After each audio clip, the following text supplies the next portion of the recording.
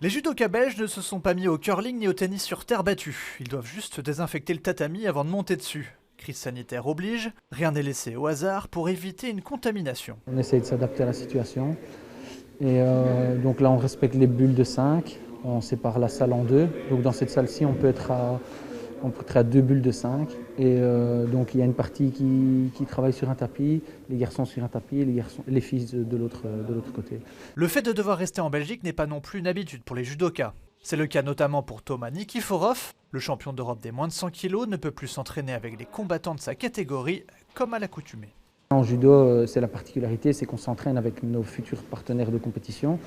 Donc il y a des stages normalement qui sont organisés une fois par mois, plus ou moins une fois par mois, un peu partout dans le monde, avec les meilleurs athlètes.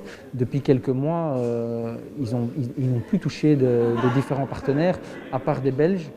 Et la difficulté en Belgique, c'est qu'on n'a pas beaucoup de poids lourds. Le combattant bruxellois s'entraîne donc avec des plus légers, à l'instar de Mathias Kass. Enfin, façon de parler.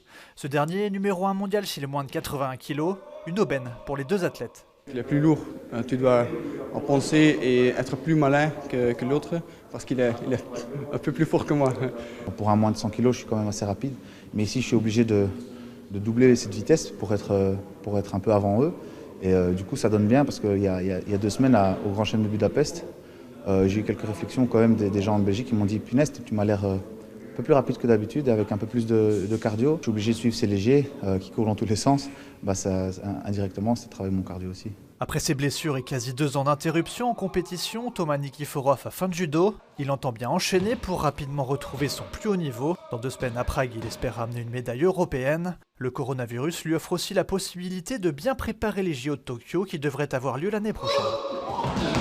Le fait qu'ils ont décalé ça d'1 an, ça me laisse le temps de m'entraîner de manière optimale, de retrouver un bon état de forme et de bien terminer toutes les blessures que j'avais, parce qu'on a toujours des petites blessures.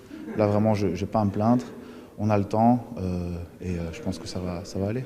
2020 aura été une belle année pour Thomas Nikiforov puisqu'il est devenu papa d'une petite Azaria Nikiforova, sans doute bien contente d'avoir du temps pour profiter de son papa.